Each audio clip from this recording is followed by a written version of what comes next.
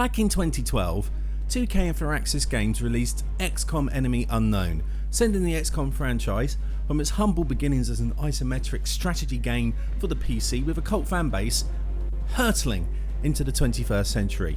The game is available to millions on PS3, Xbox 360, PC, iOS, Mac. In fact, if you haven't played it by now, you probably own something that you can play it on, so you're really running out of excuses. You're also running out of time, because in February 2016, Firaxis Games and 2K are going to release XCOM2, the sequel to Enemy Unknown and its add-on pack Enemy Within. Now, we were lucky enough to be invited to play some of XCOM2 a few weeks ago by 2K, but I'm not really that good at the game. Most of my team, aptly red shirt titled, meet their death very quickly at the hands of the alien oppressors.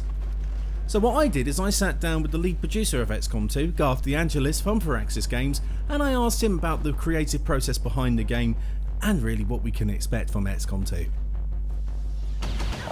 But there's a lot that is done sort of in the magical final months in finaling a game. I mean, from that time at Gamescom, we had a lot complete. We showed off a lot of the game. This is the first hands-on impression, but the gameplay loop was there. You could beat the game. There was a lot of missing art, a lot of gameplay systems that were still getting refined, but it was pretty far along at Gamescom. And that refining, I mean, one of the things you said is that you'd listened to a lot of the people that had played it. Yeah. Which was kind of like, oh, you're still playing it, amazing, thank you. Yeah, that's right. But what were the kind of sort of main things that came from that community feedback of the last couple of games? What did helped implement? Yeah. There was a few things. We obviously, try to take in as much feedback as we can. A lot of people have feedback, but there was a few recurring themes that we saw throughout that coincided with what design wanted to do for the game as well. So we were like, this makes perfect sense to do in a sequel. And those were create a more replayable game. And the two things were create a more open-ended strategy layer and then create procedural map system on the tactical side as well. And we actually heard that feedback from the community. We wanted to do it ourselves. We actually wanted to do procedural maps on Enemy Unknown, but we didn't have the time to pull off that system, so it was perfect. We now had the time to do give it in pre-production the time it needed to make it right. So we have procedural maps, and then when you look at the metagame, the overarching strategy game, we wanted it to be far more open, far more unpredictable, far more dynamic with respect to the choices you can make on the geoscape. You're not just scanning time and waiting for time to pass. You're now choosing where you want to bring the resistance and what you want to tackle at a given time. So how much of that is sort of done by map and level design, and how much of that is done by actually changing the game's AI to bring that combat more quicker and more fluid? You're talking about the tactical side? The tactical side, maps? Yeah. The tactical side, yeah. So there's a lot of layers that go into that. It started first primarily with, you always need design and engineering there to build that framework of what this is going to be, but then a level designer was involved with our project art director and our lead environment artist, and together we all had to figure out the problems of, okay, how do we build this procedural system? And so you need someone to sort of prototype. Prototyping is very fast. To find you're going to fail a lot, but you have to fail quickly so you can find the right answer. So you need that small strike team to sort of say, this is the goal we want. We want a procedural map system. We want layouts to change every time. And then they dig into the mechanics of that. What does that mean? Okay, well, we need this plot and parcel system.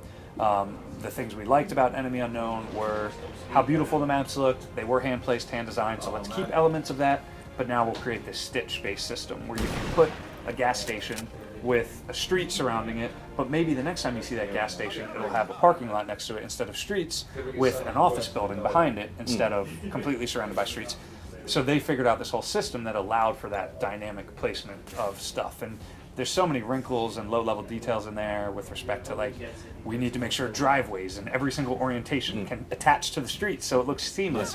All these little details that make it very complicated that you don't anticipate until you dig into it. And to answer your question, long story short, it was a small strike team with involvement from level design, level art, and programming. Well, of course, you've done quite a lot of refinement now. We've got a lot more option for graphical refinement because of new generation consoles.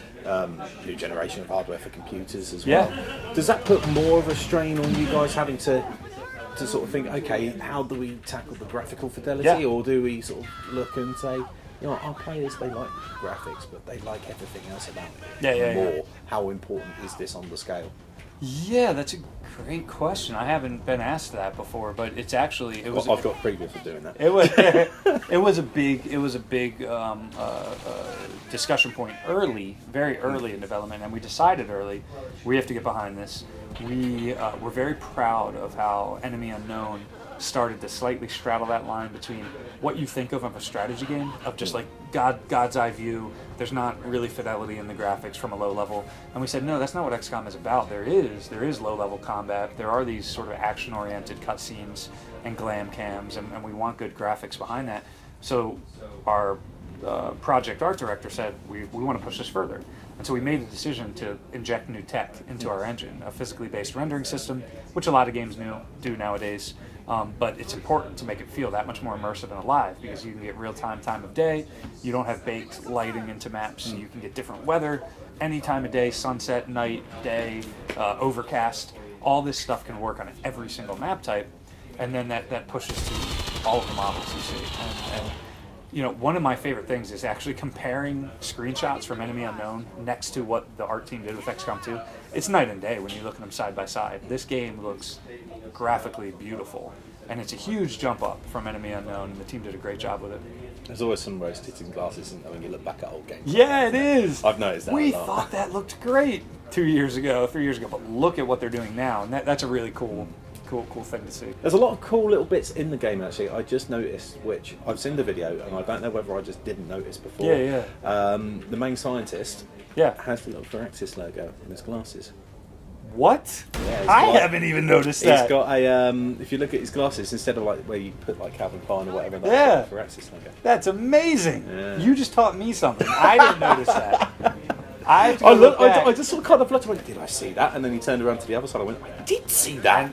And I'm going to go berate the artist that got that. I'm just kidding. That's amazing. That's actually a cool little touch that I'm going to look for. Yeah. It is quite neat. But I mean, do you like putting in, obviously, touches? Because obviously you're so part of the development, and there's a big community, a lot of fans. How much do you like throwing in those nuggets, those Easter eggs? Oh, I think it's great. You have to have good judgment. You can't go too far with that, because then it could start coming off a bit comical and not endearing. But I think if you use good judgment and it's sort of classy, however you pull it off, then it can come off as something that shows, you know, an individual love behind what that artist created and how it pushes for the bigger picture with the game. Like a Firaxis symbol on one of our main characters, that it's pretty hidden, where it's not that noticeable, but it is indicative of our company, our studio, our culture, and the games we build. That's a perfect example of something, a nice little Easter egg to throw in there. I mean, the games from when I've played them, because I mean I've played them sort of as not as a massive strategy guy. I sort of played them as, hey, let's come play this game on the stream, and I've done it, and I played it to myself, and I find a kind of weird latent humour in there, because I know I'm not the most strategically gifted, and I sort of end up doing the red shirt thing. Me too. Don't worry about it. It happens to the best of us. How much? Because a lot of the stories of XCOM and playing XCOM, as you probably have from everybody else here, are so interesting. Those stories of this band of people, this band of brothers, kind of World War II-esque kind of feeling of camaraderie and being part of that. How much of that dynamic has gone into XCOM2, into that experience, and to make that experience much more, I don't want to say accessible to everybody, but you know what I mean, that kind of freedom of sharing. When you say the sort of the band of brothers thing, do you mean within the game, the mechanic of building your soldiers and keeping them? that kind of mechanic, and then you being able to sort of tell it like a great tale. In a pub to a load of people that probably don't know what you're going on about. Yes. Well, intrinsically, like for your own game, that was very important to us. That's why we pushed soldier customization so much deeper, because we want you to be invested in these little digital guys and girls even more so. And it is amazing how you get attached to them as you go through this story, this epic tale of saving the world. And knowing that they can die and be ripped away from you at any moment is very, there's high stakes to that. And that's important to us to keep that alive and to then add in little details and nuggets to make that even more appealing. Like, you can now write biographies for them if you want to. You can go into a character pool before you start a game and create your roster of friends and family or whoever you want, and then they all push organically to your game. You might save them from an advent cell, or they might become one of your scientists that you can recruit, or they might become your soldiers that you recruit. That's all very important to us, and all of the new toggles we've added, it's a staple of XCOM, and so we wanted to make that pretty high stakes and important. So what is your team? What are your soldiers' names?